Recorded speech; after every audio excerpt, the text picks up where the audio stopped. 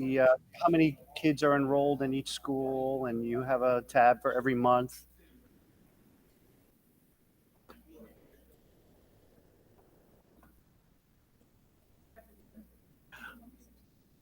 Like, they didn't start the New Year's spreadsheet, did they? That was my question. Not yet, right?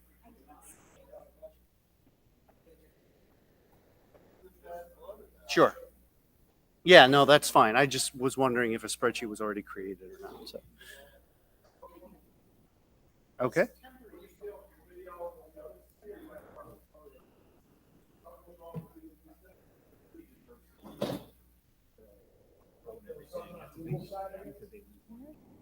They say they're losing money.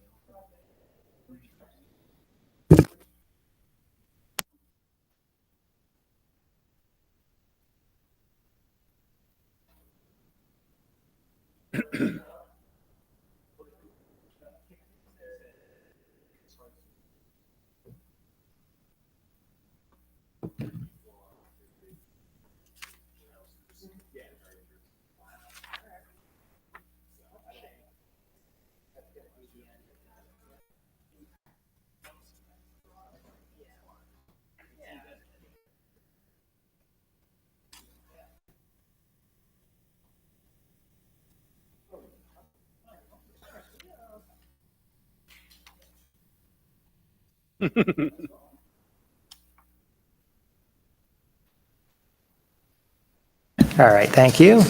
All right, thank you everyone for coming. I call this meeting of the Denville Township Board of Education to order. It's being held in accordance with the Open Public Meetings Act. Notice this meeting was provided to the Daily Record and/or the Star Ledger of Morris County, has been delivered to the Township Clerk, and has been posted on the bulletin board of the Board of Education office and each of the school districts in the building. Roll call, please. Mr. Anderson? Mrs. Segalis? Here. Dr. Abunagitasan? Dr. Moore? Here. Mr. Kim? Here. Mr. Cass? Here. Mr. Capello? Here. Hey, Dino. Yes. Andrea needs an extra. Oh, you got it? Okay. Oh, okay. Oh, okay. Nothing. Okay, we're going to take a pause 1 second, see if we can. Mine's working. This one's unplugged, Oh, well, that'll do it. but that's fine.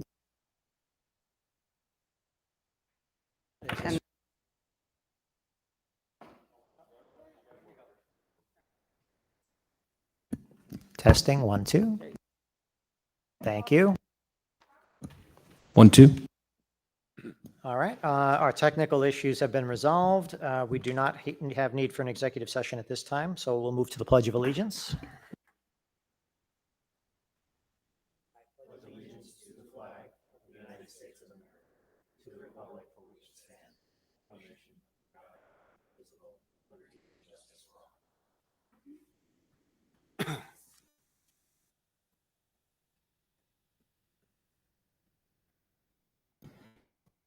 So at this time, before we proceed with the rest of our agenda, since it is September 11th, I'd like to take a moment, if you'd all join me in a moment of silence to remember the victims in New York and Washington and Pennsylvania. Thank you.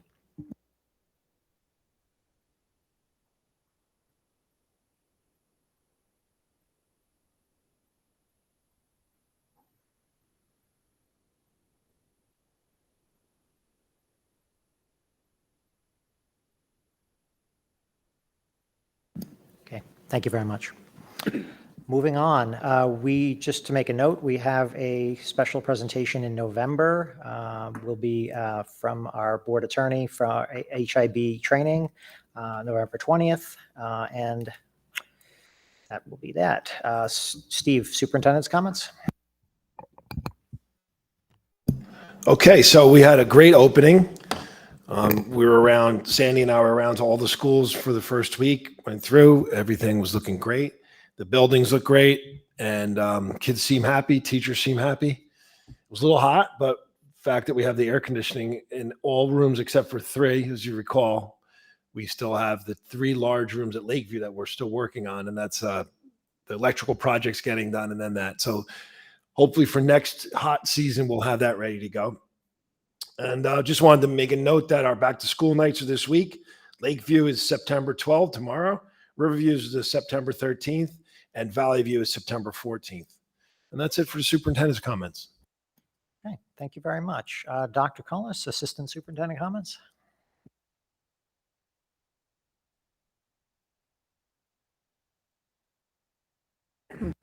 So today, each of the schools participated in moments of silence in memory of those lost on 9/11. And we also discussed Patriot Day and National Day of Service and Remembrance in age-appropriate ways. I know the elementary schools provided books that have since been written that are appropriate for the younger grades, understanding that there are a lot of helpers that came out on that day. The sixth grade study skills program started today and will run one period each day until September 29th. Parent workshops for supporting students with their study skills will be offered virtually, and the dates will be determined. It looks like it's going to be within the first 2 weeks of October, and there will be a session that will run in the daytime and then another virtual session in the evening, so that as many people would like to participate will be able to.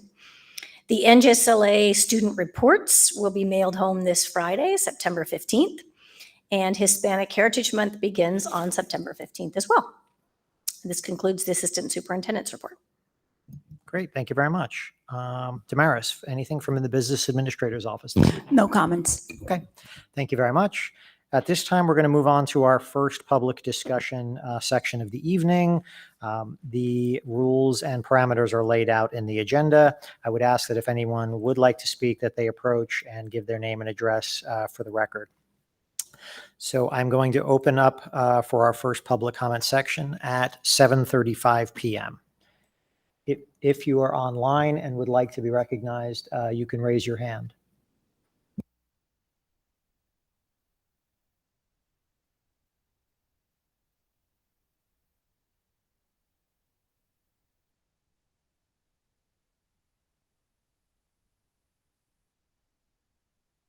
All right. Seeing no one approaching either in the chambers or online, I'm going to close at 7:36 p.m.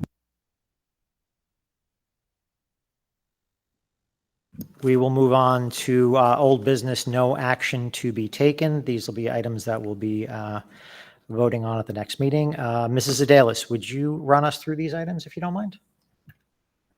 Sure, no problem. So I move that myself or someone else at the next meeting will approve the following resolutions under old business. That the board approve the following reports from August 2023, the treasurer of school monies and the board secretary reports, the education reports, and the minutes of August 2023. Second. Oh, no, we're just for the next one. Sorry. That's okay. Sorry. But Too excited. you are. That's a good attribute. Any comments or questions on these items for discussion tonight before we move on? All right. If not, we'll move on to new business action to be taken. Dr. Moore, can I ask you to move us through personnel, please?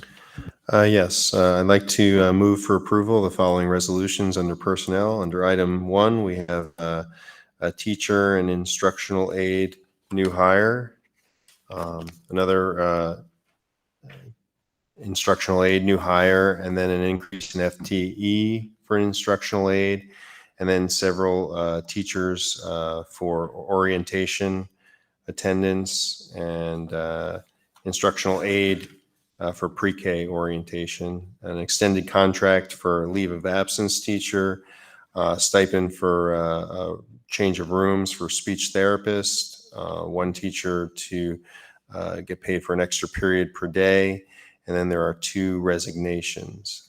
Under item number 2, there's a leave of absence. Item number 3, an unpaid extended leave of absence, and number 4 is a new hire for as a substitute.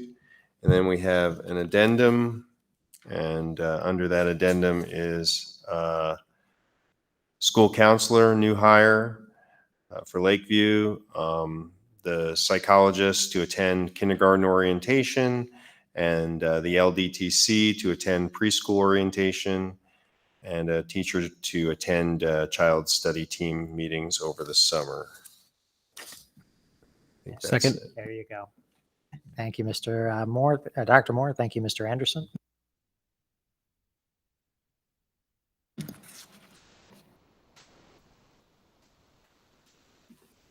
Just a quick comment, if it's okay. Go ahead. Dr. Capello, just appreciative of the administration for finding some great new hires. I had a chance to read through the resumes and applications, and appreciate the hard work, and appreciative that we've got some great staff members that are joining us here soon, hopefully upon this vote.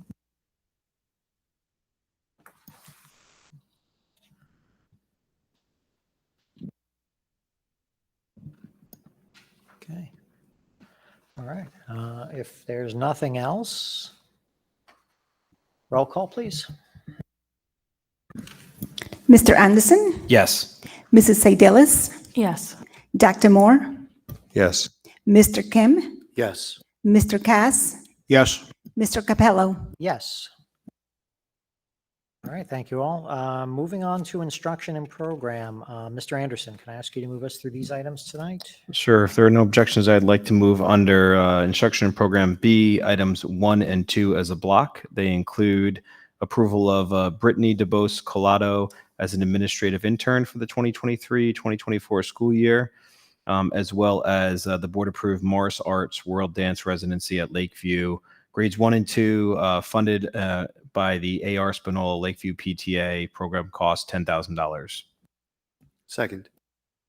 Thank you, Mr. Anderson. Thank you, Mr. Kim.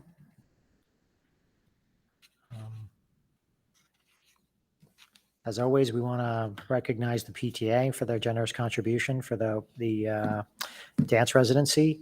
I actually did have a quick question. Don't remember seeing us bring on an administrative intern.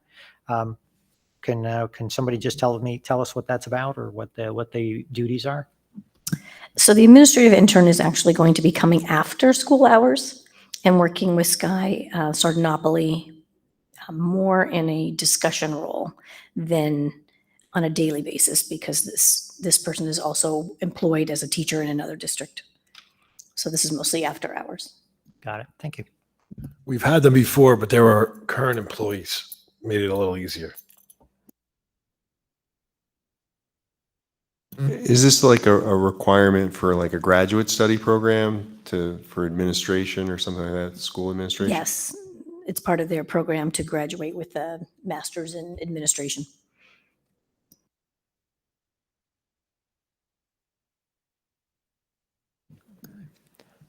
Anything else? All right. If not, roll call, please. Mr. Anderson, Yes. Mrs. Sedalis, Yes. Dr. Moore, Yes. Mr. Kim, Yes. Mr. Cass, Yes. Mr. Capello. Yes. Okay, moving on to finance. Mr. Kim, would you care to move us through these items tonight? Sure, I'd be happy to. Tonight, I'd like to motion number 2 and 3 under finance. Number 2 being the parent transportation contract for a student, a total cost of $1,350, and another parent transportation contract for the amount of $2,700. I'll second. Thank you, Mr. Kim. Thank you, Mr. Cass.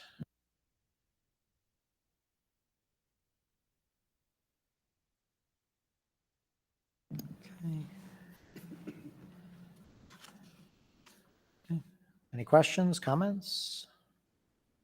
Okay. Roll call, please. Mr. Anderson, Yes. Mrs. Sedalis, Yes. Dr. Moore, Yes. Mr. Kim, Yes. Mr. Cass, Yes. Mr. Capello. Yes.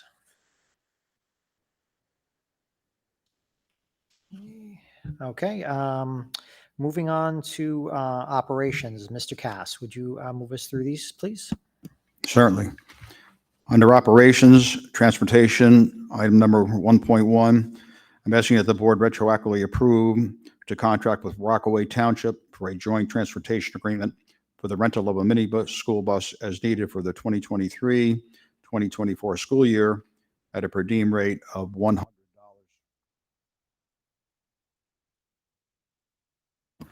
Under buildings and grounds, we have 3 items. 2.1 is to board retroactively approve the attached revised quote from Green.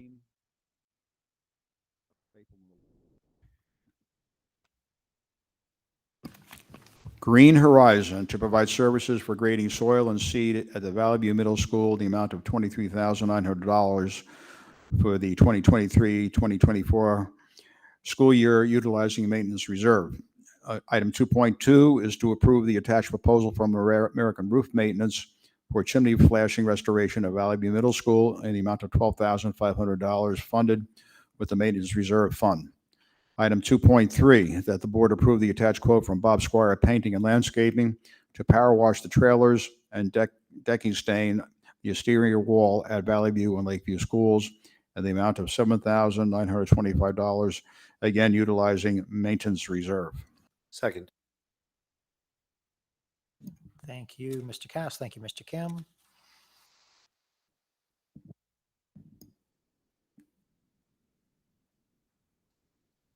Any comments or questions on these?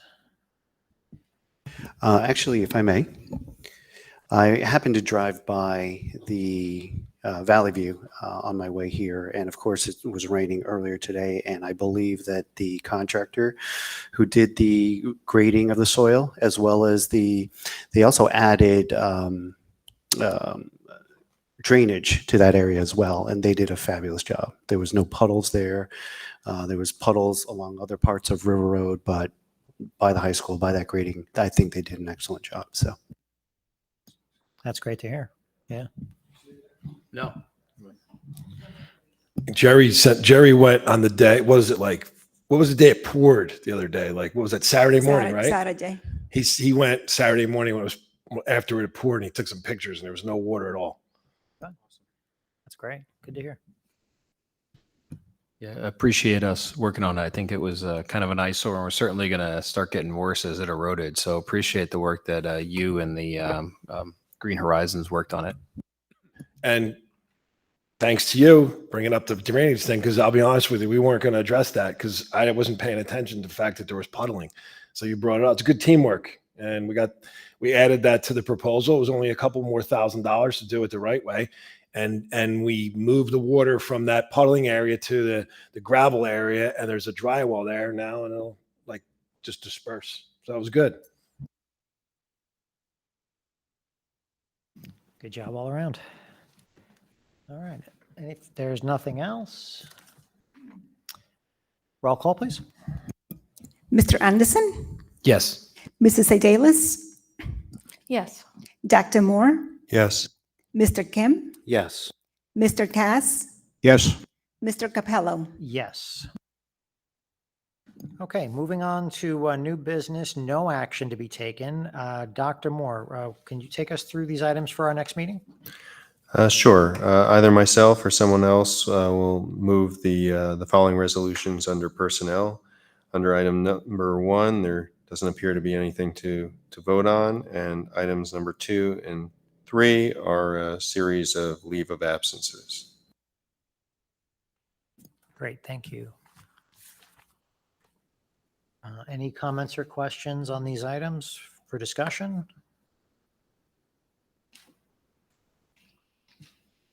Okay. All right, if not, we will move on to instruction and program. Mr. Anderson, I'm going to ask you to move us through these items for our next meeting. Sure. Myself or someone else at the next meeting will move through the agenda workshops with expenses. We don't have any listed yet, but we may have some added. Number 2 will be the board to approve Heather Golokolich to present to the Valley View students on October 2nd, be the change at no charge. And then also the board to approve the attached plan for the Denville enrichment program for 2023-2024 for Riverview and Lakeview. Great, thank you. Any comments or questions on these items? If I may, Please. the B to change presentation, is that, can someone give me more information about that, when it will happen? Are board members allowed to attend?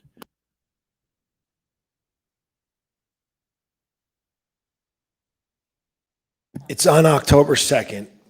It's meant for students, but if you wanted to go check it out, shoot me an email and I'll set it up for you. It's during school then? It's during school, yeah.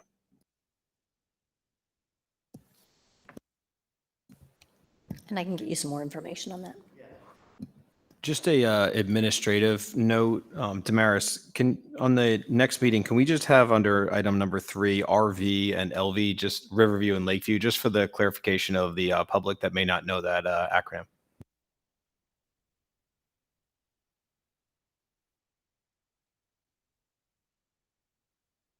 Okay. And maybe just for a quick discussion, Steve, there will be a slight increase on the enrichment cost, and this is due just to be able to break even. This is not a profit center for us or anything like that. It's just a matter of us being able to break even on paying the staff members for their correct rate. Is that correct?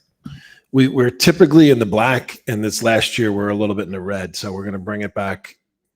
It's going to increase $5, and that money is going to go to just really funding the program so that we're not in a loss. Mike, you might be confusing with the use of facilities form. No, that was it. Steve hit it directly on the head. We had talked about it in the committee. That's why I was bringing it up, just to make sure, because I think the public may be asking why that fee went up a little bit, or the board members. That was all. I just wanted to make sure everybody knew that it was really just to be able to fund the program, no profit or anything like that, just to break even. If you recall, our enrichment program has been going on for a while. It was kind of loose, let's say that, and then we brought it tighter. It's self-funded. It runs a little bit of a plus, but that just defrays the cost of the like administrative costs in the summer and things like that. So now, because we've been having to add a nurse often, because there's children that need nurses available. So the cost of the nurse and the cost of sometimes we have a child that'll need an aide for enrichment, and that we can't build into the cost. So we're going to have to increase it a little bit. And kudos to the staff on bringing some really creative programs there. I remember when my kids were in elementary school, I was always impressed with the different courses they offered and how they were different and exciting and fun for the kids. So I appreciate the staff kind of putting that together. This is a record year. We had over 500 registrations throughout the year. So and the summer program was the largest we ever had too. And Dr. Cullis married the AM program with the PM program with an hour or so lunch coverage, half-hour lunch coverage, so that in the summer, if you want your child to be at school, you could actually get a ride to school for ESY, let them have lunch there, and pick them up around 3 p.m. and for a very minimal cost.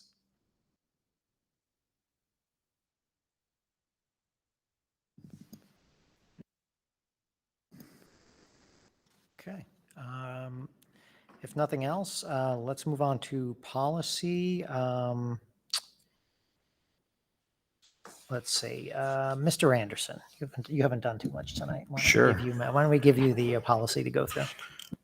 Great. So at the next meeting, myself or someone else moved through policy. We've got 3 policies that are actually, I should say 2 regulations and 1 policy that are up for second reading and adoption. They are Regulation 2419, School Threat Assessment Teams, which is a mandatory new policy. Policy 1642.01, Sick Leave, which is new. In regulation, matching regulation, 1642.01, Sick Leave, which is new for second reading and adoption. And then just to actually one quick question, Dr. Forte, the sick leave, I believe some of our policies are separate for like certificated staff and non-certificated. Is that the same case with this policy, or is it all encompassing? This one's all encompassing. If I remember correctly, there was some discussion around this where if the contract was different somehow from, because I believe that these policies and regulations are due to state regulations, correct? And so whatever contracts we have with any DEA or DAA, those would supersede this policy or regulation as well. Gray area, it depends. No, only if it's in the favor of the employee. So it does supersede all contracts in the favor of the employee, but not in the favor of the district. For example, if the district provided 5 bereavement leave days, this new law provides 7. It doesn't it's not 7 minus 5, meaning you get 2 extra. It's 5 plus 7. So now you get 12. That's the way the law is. So it's in the advantage of, it's not like if we provide 5 and this new law provides 7, I was thinking, all right, you get 2 extra. It's not that. It's 5 plus 7 for 12. Yeah, That's how it your works. your expression is the correct one. Yeah, it's like kind of the worst like case scenario as far as the number of days that goes. I don't know if there's any kind of notes that we could take, but for the next committee, negotiations committee, maybe this is something that has to be looked at. So Yeah. Can we get some clarification on exactly in our contract what they now get, like what they got in the contract, what they're getting from this new policy and regulation from the state statute? And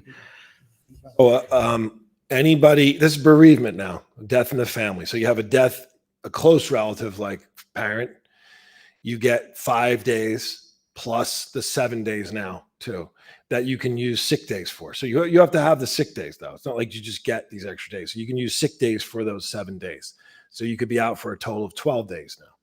For a relative of like a second degree, not less important, but like a cousin or an uncle, you get 2 days plus the 7. So now you have 9. so was our policy for the 5, were those sick days or were they separate outside of sick days? They didn't have to be sick days. I thought they were separate days. We provide 5 and 2. This is not sick days. They don't count for anything. And then this thing allows you to repurpose sick days for bereavement days as well. So if you wanted to take the full 12, you're saying you would have to take 5. We would give you 5 that were whatever, either extra days or whatever. They were not counted toward your sick days. And then you could take 7 sick days on top of that. Correct. That's how they get to the 12. It's not 5 plus. Yeah. Got it. So the better you were to your employees before, the more you pay now. It's like, I mean, obviously, I will always want to do the right thing by our employees. I always thought we have been, but it seems like this is kind of punishing the districts that were better to their employees. And if you were worse to your employees, all of a sudden you just have to do it, which I would have been fine if it was 7. I thought it was the better of the 2 instead of on top of. I thought it was if we gave 5 and they required 7, that's 2 more. Yeah. Which I would have been okay saying, give them 2 more, even if they're not sick days. Right. Like, I mean, I shouldn't say it out loud, but I'd be okay with that. It's perfectly fine. But anyway, I was surprised. Okay. I asked our attorney to write a contract specific. It's like 4 pages, but it explains like it. I asked him for a general one. And he says it's really not worth it because your contract's different. So he wrote a specific one. And I even followed up with a phone call 2 or 3 times to make sure I was reading it right. And yeah, that's right. should we be reaching out to our legislators then for further clarification? I mean, I guess the It's first almost question is unanimous, it though. worthwhile? Well, we can talk offline. I think there's some conversation as to where we want to go from here. I think there's, listen, once again, we always want to do the right thing by our employees. I think we always have. That's why these pieces of the contract have traditionally not been very contentious with us, because I think they've been mutually agreeable between the union and the board. So I think, yeah. There wasn't much opposition on this to the vote from the legislature. I don't believe it was pretty close, right? Like not It close. was pretty not close. Yeah. But I think the popular media, and I don't know if the legislators understood this or didn't, but the way the popular media explained it was the way we all thought it was. So I'm wondering how many of them really understood what it was gonna be in the real world. So that may be worth some discussion. I don't disagree. It's worth the discussion. I always say, fight the fight you can win. Don't think we're winning that fight. No, we are not winning that fight. I agree. All right. Anyway, so we were, that was all the policy discussion. So thank you, Mr. Anderson, for that. Moving on to finance, Mr. Kim, can I ask you to move us through these items for the next meeting? Sure. During the next meeting, we'll be voting on the finance section, where the first section is a list of checks. Number 2 will be to accept the donation from the Lakeview PTA for a drone camera that is worth $1,000.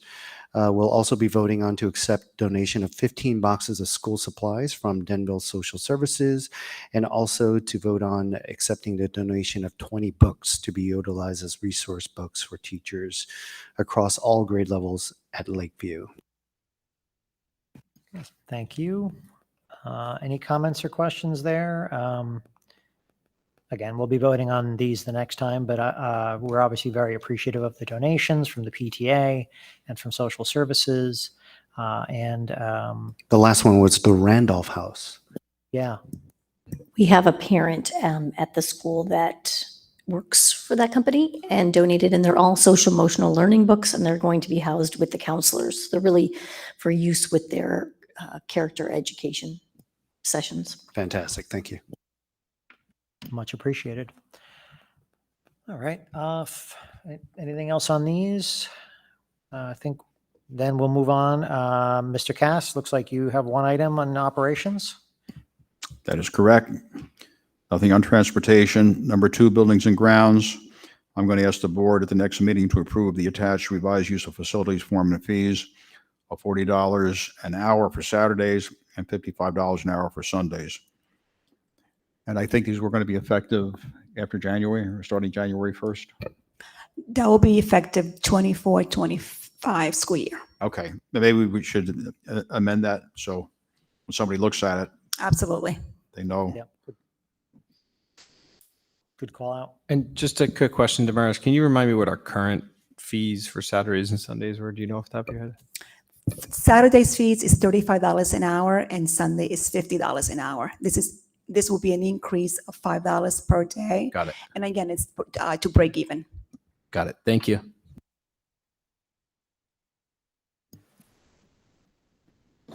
Okay. All right. If there's nothing else, we're going to move on to go to the cause. We know we had committee reports, correspondence, discussion items. We can start with anything on committee reports. And would anybody like to add anything or have any questions about the committee reports that were distributed?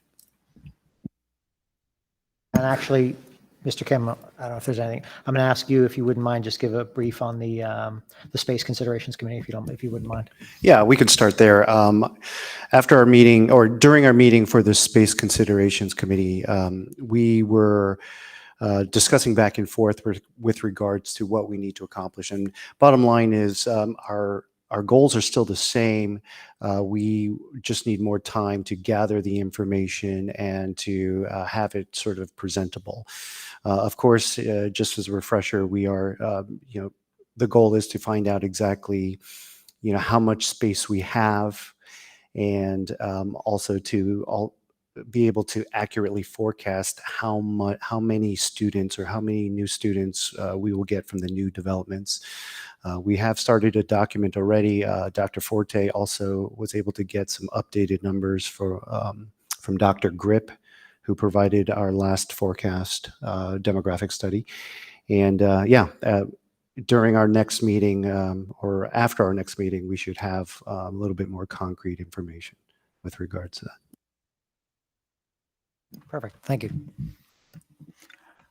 I had a question and a comment. I'll do the comment first. It was a very well done report, and it's really proceeding very well from my perspective, because I went through all these different studies in the past when we were trying to build a middle school. So getting a lot of numbers in there, a lot of important facts. So it's going very well from my perspective. One thing I noticed in there, though, there was, again, we haven't made any decisions yet, but it was talking about the music and art, doing some modifications to those classrooms for more space for pre-K in there. I don't know if there was any more detail than that. It was like an option. But the other thing I throw out from the past, we had art on a cart. So the art teacher was never domiciled in an art room with all, the supplies and the infrastructure. And then we had music in the hallways. And that was an eye-opener for me when I walked through the front door. I think it was Riverview, and it was either a violin or a clarinet student getting perhaps their first or second lesson. And it was that wasn't a place to be doing it, you know. And I mean, they should be in a music room or in a private spot. So I don't know if you had any details on that, or was that just something preliminary, very preliminary?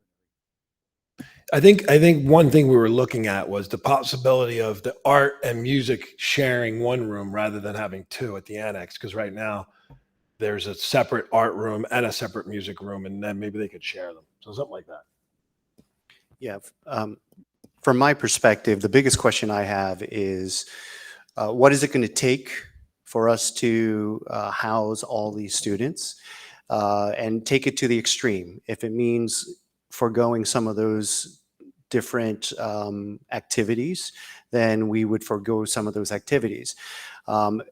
Just based on pure numbers, can we house all the kids in the Riverview Annex? That's one scenario that we're playing out.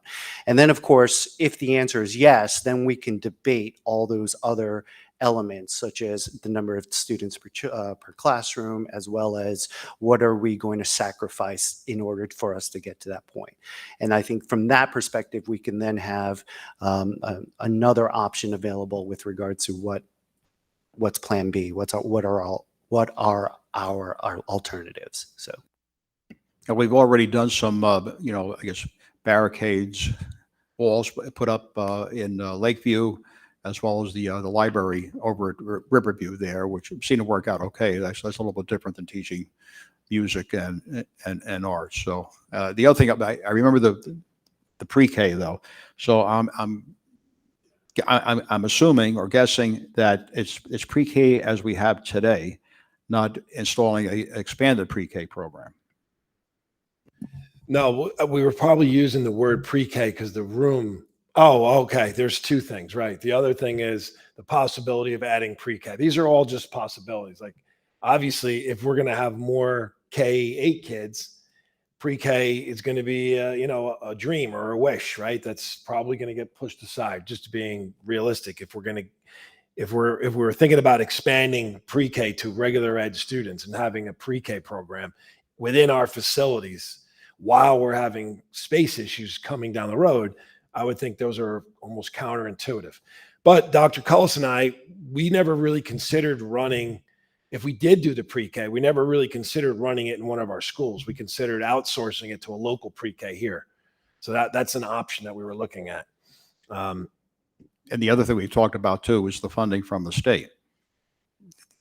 Yeah, I mean, if you had, just say, well, we can do another class of pre-Ks. I mean, you're talking about, hiring a teacher, maybe perhaps hiring an aide, and all of a sudden, your costs are going up, and where's the money going to come from?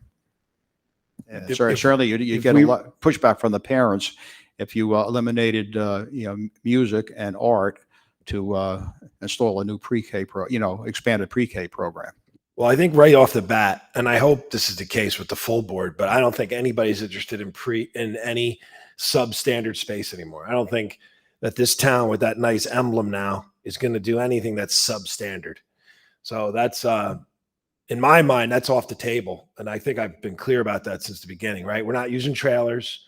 We're not using hallways. We're not going to use the area underneath stairwells. Like, these are not going to happen. So what we might do though is maybe, because we need more small group spaces, maybe we do another job like we did at Lakeview and split a class or two, but the right way. I don't mean just like putting, some cardboard up. I mean like actually having a contractor build a wall that's removable so that you can have a full class or a small class.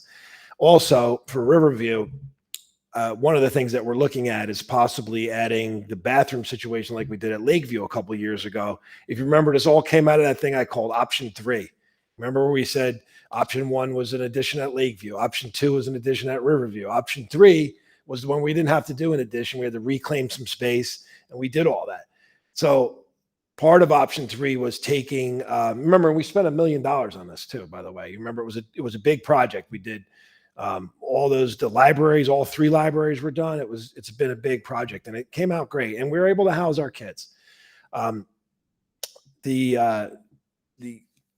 other option about splitting the rooms, and then also, if you remember, And Don, you brought this up that there was kids that had to be walked to the bathroom that were like 3 years old because they didn't have a toilet in there, if you remember. So what we did, I'll take credit for it because it was my idea, but there was a couple classrooms that were like sandwiched between a bathroom, and it worked out that we could take the back of it, make a single stall for each of those rooms, like split it in half, make a single stall, and then still have 3 or 4 stalls for the regular part. We could do that at Riverview as well and create 2 more rooms with bathrooms. So again, really not interested in substandard space or getting some kind of waivers because you don't have the right facilities. We want to get past that.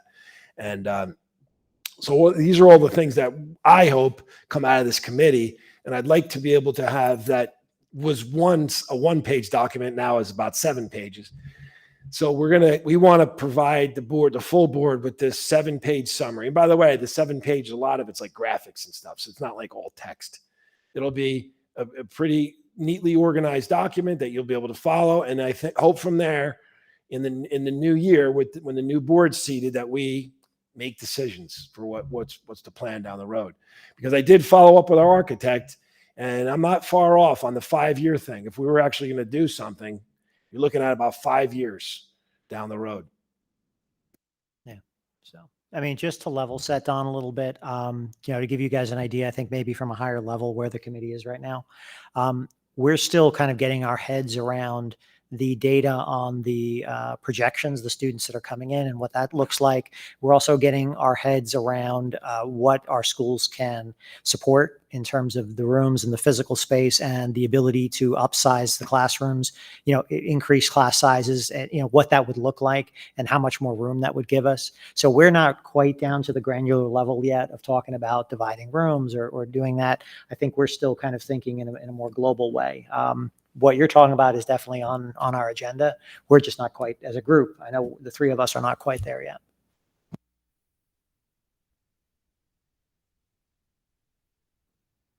I think another part of this is that there's the projections and then there's the projections from the new developments, which I think until we get a new development done, which we're super close, and really figure out what the actual yield is, we're going to have to see if those projections play out, because those are like, everybody we talk to seems to have a different perspective on what data to use and what they think the yields are. And there's a big variance there. So I think we've got to kind of wait that out until the first development's really done to see how many yield we're getting out of it. And I think the yield in Denville may be different than the yield in a different town. So I think that's why it's so difficult. I'm not blaming anybody individually. I just think it's very unique as to what the yields are going to be. Yeah, Mike, the question alone was actually answered by the email that Steve received just this morning, I believe, right? So one of our tables now has Dr. Grip's projections for each of those developments based off of the 3-bedroom, 2-bedroom, 1-bedroom mix and COA as well. So that'll be included in our report. And it'll be interesting to see what the yields are compared to what he's projecting. Yeah, I think we need to use that as a projection, but then we need to see how close it is to reality, right? And then that'll help us determine that plus what his projections are for the normal demographics, because really that normal demographic study does not include those new developments, right? I mean, he includes ideas behind it, but it's all additive to what he already says could be an increase. So I think that some of that needs to play out a little bit to see which direction it goes, because it's interesting when you look at the swing of numbers, because you see this dip in 2020, 2021. But remember, that was COVID, right? So it's hard to say whether that's a pullout because then it dipped up. It went up a little bit in 21, 22, and then spiked up in 22, 23. So was that do you have to pull those 2 years out as an exception? Because if you pull those 2 years out, it makes a little more sense as to what you see for projections. But I mean, reality is right now, I think we've got to let this play out, because we are still not even close to where we were in 2010, 2011, right? And yes, at certain times in that times period, we're in substandard space, but we're also under the other thing we need to determine is there's board policy, and are we willing to go to board policy, or do we need to change board policy as far as the class sizes? Because 29 is the number for the middle school. And we're not even remotely close to that number right now. And I don't want to say spoiled, but we're in a good space that we're able to provide much more personalized education at a class size under 20. Are we willing to go to 29 is really a hard question that we all need to ask ourselves at some point. Yeah, and remember, our board policy is a guideline. It's not even a strict, like, you must not go over this number. But I think that's I hope, you know what, James, that's probably a great thing to add as, like, what do we need? What's next steps, right? To that 7-page document. Number one, are we comfortable with the current maximums in the policy? Because if we're not, that's going to impact some of the decisions that we're going to have to make. If we are, then we have a decent amount of room to grow right now. I happen to be talking to a parent from a semi-neighboring town, probably a couple towns over, just this weekend. We were talking about just the development. Their towns, if you think our town's seeing a lot of development, you just wait. I mean, 10 times, so, projected projects alone that are talking about, like, close to 2,000 units going in. And they have 33 kids in their middle school in certain classes. He said his kids' class have 33 kids. So you can, and by the way, I'm not trying to compare saying we're better or whatever, but, I think that we need to make that determination as to where we think it's appropriate with, and we had some feedback from, I think, the strategic planning. So I think that helps us, give us a little bit of a guide. I think our parents are relatively happy with where we are. I think they'd be willing a little bit more. I don't think that the direction was to go to, 10 more kids per class in the middle school level. So I think we need to revisit that policy. And good point, Steve. It's not really a hard and fast. So if that's a guideline, is that a guideline that we're all comfortable with? Because you're going to follow that guideline, right? That's what our job is to set that guideline.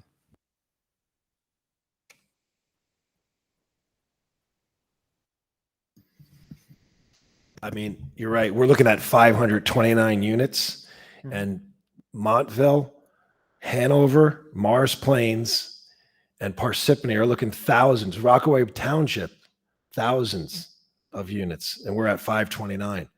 So yeah, they're in a whole different ball game. And some of those towns aren't any bigger, a little smaller than us, and they have to absorb that. Yeah, and based off of those 529 units, Dr. Grip is projecting about 200 students. So 200 students with our current 1,700 students, we're approaching 2,000 kids, 1,900 kids, but Dr. Grip projects over the next 5 years another 150 kids. So can our school districts handle over 2,000 children? I think that's one of the vague questions that we might have to, even with the annex, or like, is the annex enough, right? Even with the second floor to handle the 2,000 kids. And that's still a question that we're sorting through, parsing through to see if we can answer. And then there's a follow-on question with the annex. The annex is a property we rent. We have the option to rent it for a while. Do we want to look at purchasing that if we could? If we can't purchase it, is there another option? And, what are we comfortable with? So you talk about comfort. That I think is also going to be a discussion we're going to have. What are we comfortable with as far as what do our facilities look like? According to our data, we've never hit 2,000 students. Our highest was 1980. 07, 08, we had 1,980 students. So we're pretty close to 2,000. And that was back in, what year did I just say? 07, 08, right. And that was after any building at Lakeview, right? Lakeview was its footprint now. The only thing that's not included in that would be the annex property. Yeah, and that's a pretty big thing. Yeah. Well, that's when we had the substandard space, though, right? We did. Yeah. But even the substandard space wasn't enough to make up for that building across the street. I mean, that's a lot. There's an 18 classrooms in there. We don't have the top floor, but there's a lot of room. Annex. In the annex. Now, a lot of things have happened since then too. We went to full day kindergarten. That's doubling your classes. We also doubled our pre-K from two classes to 4. We also increased the amount of special education students by a lot. And that's created a lot of space concerns since then. And getting rid of the substandard space, right? Where we no longer use hallways and stairwells and things like that. And trailers. Because remember, the trailers housed 4 classes at Valley View, 2 at Riverview, and 2 at Lakeview.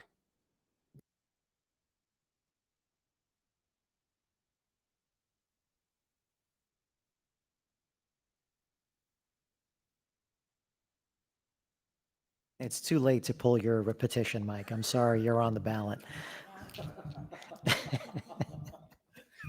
It's only 3 years. What'd you say, 5 years? Yeah. No, but it's, and that to kind of, that I think puts a kind of a nice pin in the discussion of, as a committee, it may seem like we're moving a little slowly, but there's a lot of information, and Steve has done a tremendous job bringing all that together. But we are kind of wrestling with all of this data and trying to just make sense of it with issues like that, with where we were historically, where we are in terms of using the space now, and the needs with throwing the annex in, and what does that mean, and can we count on it for the long term, and what does that look like from a cost point of view? So. This is my long-winded way of saying, more to come as the committee kind of, keeps working. And unless there's opposition, I wanted to ask Sandy to join. She actually asked me because I think having her, not that I can't be the educational voice. I don't want to say that I can't, but I think she runs the educational programs. And if class sizes are going to be impacted or programs are going to be impacted, I think she needs to be involved in that. So I got her up to speed the other day in about a 1-hour crash course. And she's going to be at the next meeting. Good. I think we're all fully agreed. That makes a lot of sense. That's great. Just a quick question, or maybe a thought, if this gets to the point. Is it required that a school for Denville Township needs to be in Denville Township? I don't think so, because there's with this pre-K thing, you can go somewhere else during like emergencies people have. I think you don't have to. I could find that out. But I'm not saying there's a good option, by the way. I'm just saying there's not good options in our town if we really need to build. So I'm just thinking, if we get to that point, I think the discussion needs to be wide open is my point, right? Like literally, we're not talking about, let's find a beautiful, fresh piece of land that no one's going to complain about, that we build on, that everything else, because that's not going to happen. Let's just start with that understanding, right? You're going to have to really be creative with looking at repurposing and, a place where it may not be the perfect spot. There just isn't a perfect spot anymore, unfortunately. I mean, and it's going to get worse as they continue to build, right? So, I mean, one of the more better spots, if you want to call it that, was a property that they're building on right now, right? So, well, not that we're saying we need to build. I reached out to John Parisian because he has an interesting take on this, and he reminded me of his trying to sell to the board that he could have bought the Foundation for the Blind, which is now CTC, for $5 million. And back then the board didn't want to go for it, according to it, or there was no call for it, or whatever the reason is. But that, obviously hindsight again, but wow, because that's a nice size property too. It's not, it's got some land. The lake, I'm not so crazy about, but maybe we drained it, We did take a look at that building, and we had the architect, my buddy John, but we did take a look at that. I don't remember the exact number, but it was, it needed a lot of renovation and maintenance work to almost like St. Francis, right? I mean, you didn't have to knock it down, but it needed quite an extensive amount of work. It's probably in the millions too, besides the selling price too. And getting back to Mike's idea, great minds think alike. When we were looking for a Board of Ed office, if you go down over there by the condos there where Frontier Brewing is now, they got the craft beer there, and they got some other businesses in that building on the left as you go down. What's that? You're talking about where Simply Gourmet is, not Frontier Brewing, for Nonsense. Okay. Yeah, Okay. So if you go down that road, there you got that big old industrial building there. So I suggested that as a something to look at and everything. And immediately it was like, oh, it's out of town. So I don't know if there's a regulation preventing you from doing that or not, but that that would have been something to lease. I don't know what it was going for back then, but yeah, we should be very creative. And you have something on the border uptown. There's a lot of empty and rebuilding of office buildings there, and the Route 202, Route 10 corridor there, and Parsippany too is just passed some ordinances there for new retail space and office buildings. So I mean, that should be something to look into. I mean, we may not want to do it, but certainly if you get squeezed here, we don't want to go back to the substandard space.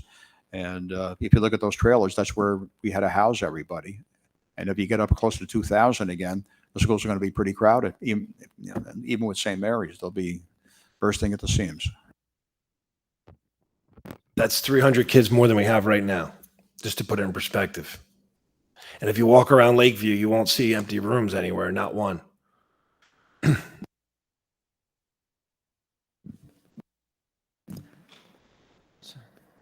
All right, so obviously discussion to continue, more information to follow. Any other reports from any of the other committees? Any questions or comments on anything we've seen this week? Go ahead, Mike. Yeah, I had a quick question. Curious to know how the online payment processing is going now that school's in and parents are paying for things and everything. So how is that going, Damaris?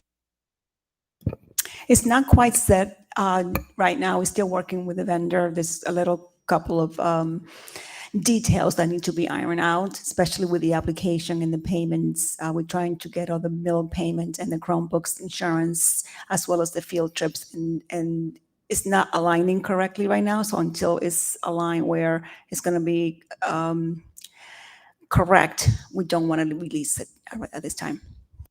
Thank you.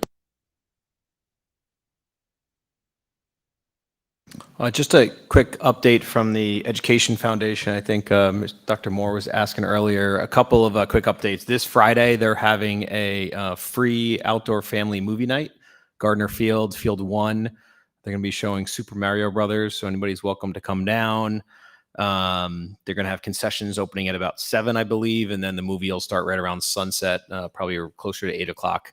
And then October 16th, which is a Monday, is just as a reminder, that's their golf outing at Rockaway River Country Club. I'll send an email to everybody with the info on how to register if they'd like, or they've got both an outing where you can play golf in the afternoon. I think they got lunch, golf, and then dinner, or you can come just to the dinner portion of it. So we'd love to have as many people as possible to come out and support them.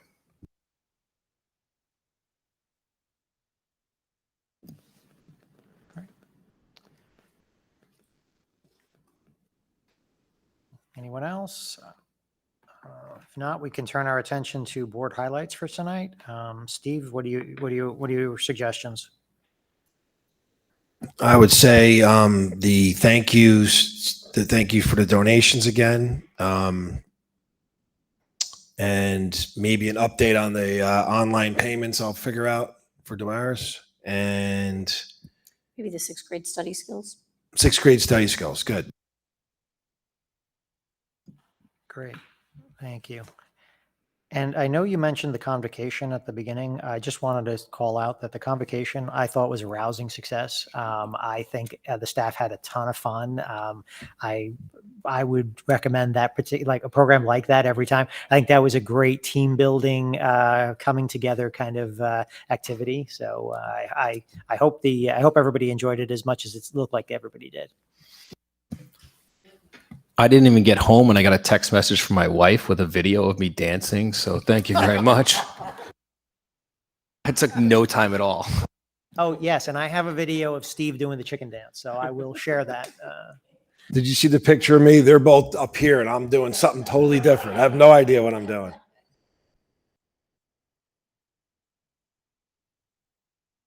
It was fun. And thank you, Sandy, for that. I think that suggestion of bringing that group in was even way better than I thought it would be. It was great. The guy was very energetic, right? And got everybody moving around. It was exciting. I think it was a great way to start the year. So congratulations on that.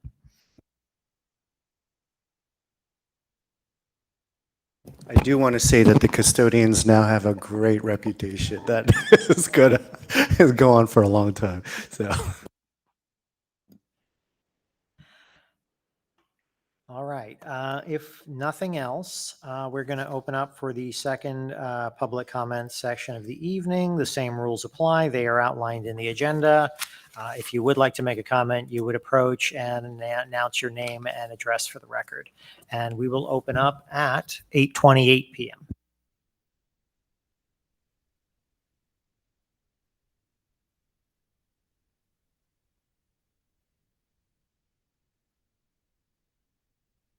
All right, we'll give it a few seconds.